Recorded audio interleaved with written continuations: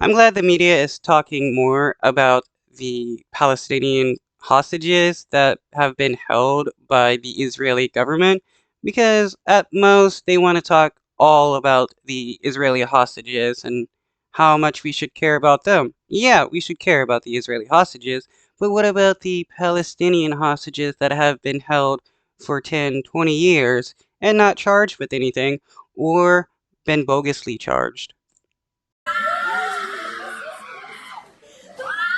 The moment a mother finally sees her daughter for the first time after 8 years in an Israeli prison. The relief, the anguish, the utter joy. Melek Selman was part of the first wave of hostage prisoner exchange between Israel and Hamas.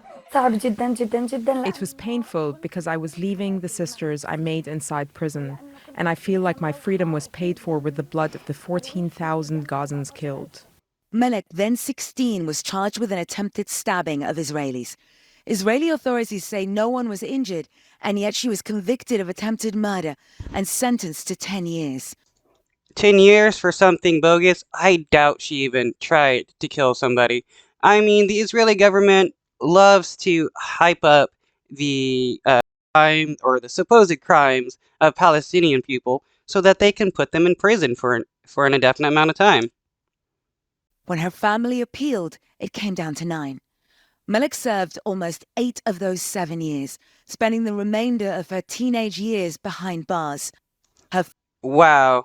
8 years behind bars for something bogus. How is this not considered kidnapping and being held hostage? Family maintains her innocence. Fatina, Melek's mother, had dreamed of this day for years, to embrace her daughter, to share that joy with her community. She says this was denied. The Israeli authorities were with us from 2 p.m. They surrounded the house and ripped down the decorations of any display of celebration. They stole the joy of my daughter's release. How can you claim to be the good guys when your military is going around destroying people's property because you don't like that celebrating the release of hostages? That is crazy.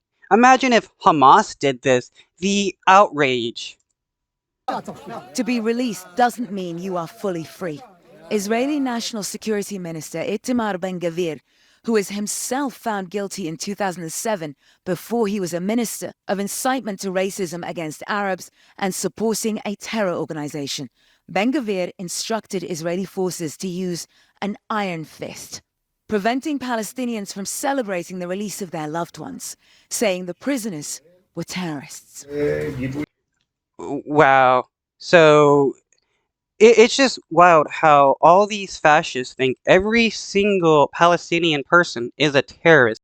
That is no different than how the Nazi during World War II treated Jewish people, claiming that all of them are terrorists and evil. Expressions of joy are support for terrorism. Celebrations of victory give strength to those same human scum, those Nazis. The policy here is very... Well, the guy calling people Nazis is the one actually acting like a Nazi. very clear.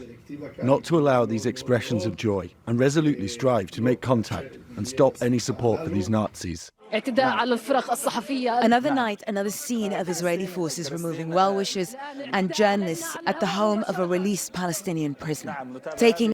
You would think that if all Palestinians were actually Nazis, they would all be trying to kill every single Jewish person around.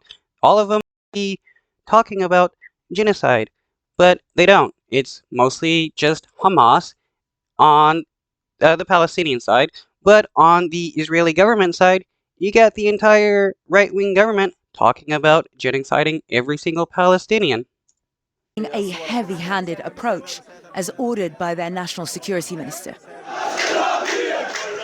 In Bethlehem, in the occupied West Bank, they were able to defy Ben-Gvir, celebrating the release of Fatma Shaheen and others from the city. Fatma left her home walking and returned almost 7 months later with life-changing injuries. Shot by Israeli soldiers and accused of attempted murder.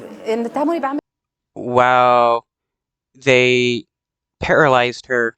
That is horrible. And these people are supposed to be the good guys, yet they're and killing innocent people. They accused me of carrying out a stabbing. It's not true. They opened fire on me.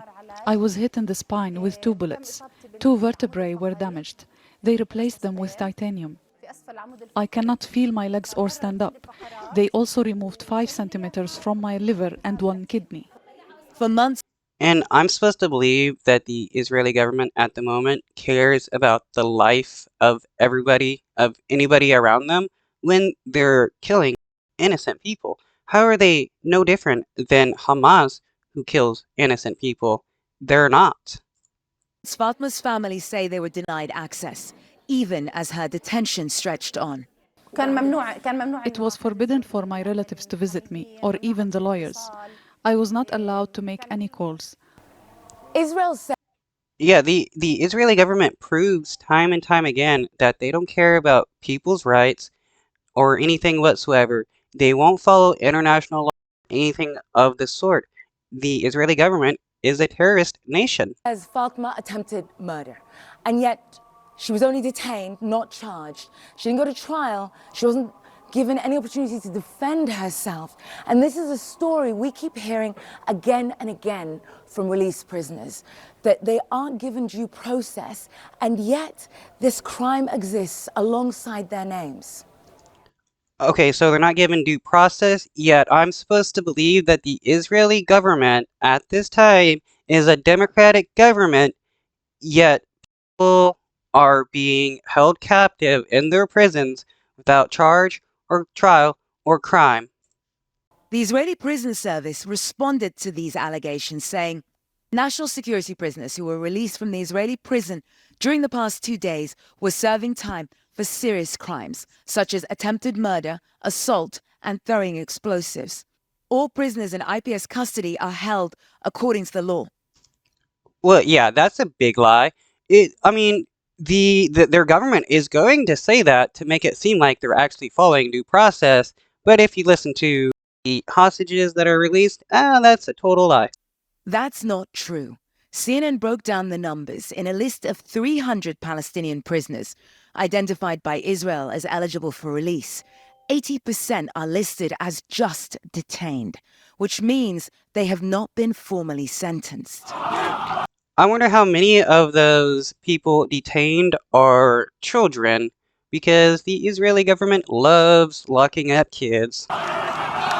Israel operates 2 systems of law in the occupied territories. Palestinians under the military, Israelis under civil law, creating a low bar for the arrest of increasing numbers of Palestinians.